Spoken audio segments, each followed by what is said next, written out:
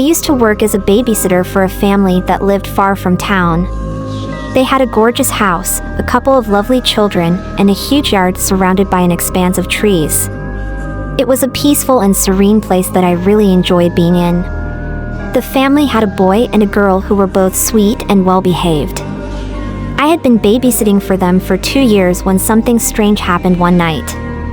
At first, everything was normal. The parents gave me money for pizza and let me know that they would be back late, around 4 o'clock in the morning, which wasn't unusual for them since they enjoyed attending parties that went late into the night.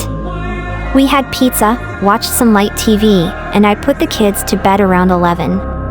About an hour later, I heard footsteps upstairs, which was odd because the children never got up during the night. The noise lasted for a few moments before going quiet again.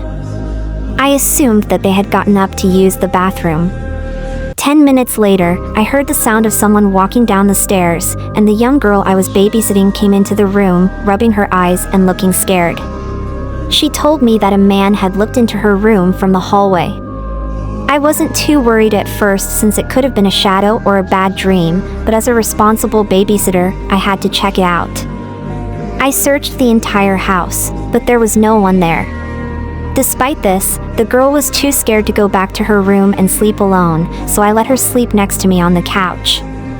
10 minutes after I finished checking the house, I heard a loud, blood-curdling scream coming from outside. The boy came running down the stairs, and I had him sit with his sister on the couch while I investigated. I was terrified, but I had to make sure the children were safe. I didn't want to call the police over one scream, so I turned on the porch lights and went outside. As I looked out into the trees, I heard another scream, this time coming from the left side of the house. I felt the hair on the back of my neck stand up in fear. I debated whether to investigate further or go back inside, but then I heard yet another scream coming from the same area. That was enough for me.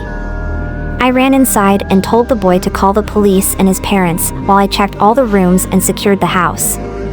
I gave him a baseball bat and took a knife to protect myself. I was horrified when I checked the parents' room and found that the window was open and the screen had been removed. I locked the window and heard a fourth scream. I did my best to secure the house, but I didn't want to leave the kids for too long. We waited on the couch until the parents and the police arrived. The police didn't find anyone, but I was convinced that someone had broken into the house. It could have been a prank, but it certainly scared us all. I used to babysit for a family with 2 boys, aged 10 and 12, who were surprisingly easy to take care of. They spent most of their time playing outside in the backyard and in their treehouse, which they loved. Sometimes, when I was babysitting them, they would even camp out in the treehouse with their parents' permission, and I would only have to check on them occasionally. During one particularly hot summer, the boys were excited about sleeping in the treehouse. Their mother gave me the responsibility of checking on them periodically, which I did even after they fell asleep. On my way back to the house after one of my checks, I noticed a light in the second story of the house had been turned off. At first, I didn't think much of it, but then I realized that it had gone off right after I got to the bottom of the tree. I became suspicious and called 911 before quickly climbing back up to the treehouse.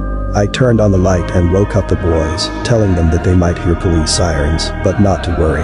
When the police arrived, I watched as they entered the house, and one officer came to the treehouse to tell us it was safe to come down. From the treehouse, I watched as the police emerged from the house with a man in handcuffs, who had been hiding in the boys' closet with a knife. I'm not sure what his intentions were, but I'm glad I noticed the light turning off and was able to take action to keep the boys safe. I'm not sure if this tale will frighten or merely seem strange to anyone, but I can attest that it certainly frightened me when it happened. I was babysitting for a family who resided in an old, yet stunning mansion. The family room, where the TV was situated, boasted a gorgeous fireplace, which I enjoyed sitting by in the winter to read a book. It was a real treat, especially as my own family did not have anything of the sort. That night began like any other. The parents were going to be out for the whole night, which was typical for them. I put the kids to bed at 9 p.m., made sure there was enough firewood, and resumed reading my book. After a while, I heard a noise that sounded like loud knocking, but not at the front door. I checked on all the children, and they were all asleep in their beds. So, I went back to reading. However, upon returning to the family room, I heard the noise again. I decided to listen for a bit and, if I heard it again, attempt to identify where it was coming from. As expected, I heard the noise again, and it was almost rhythmic.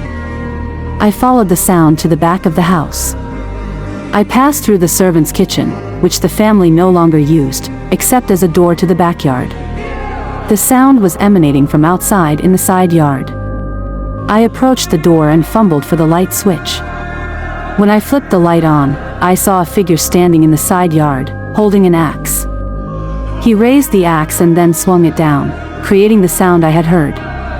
He appeared to be splitting a small log in half. Then, he grabbed another log, put it up, and repeated the process. The man seemed completely unaware that I had turned the light on. He didn't react in any way. I was uncertain what to do. For a brief moment, I considered going out the door to check whether he was a neighbor, a relative, or needed help.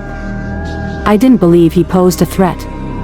After all, he had an axe and, if he intended to break into the house, he could have done so already.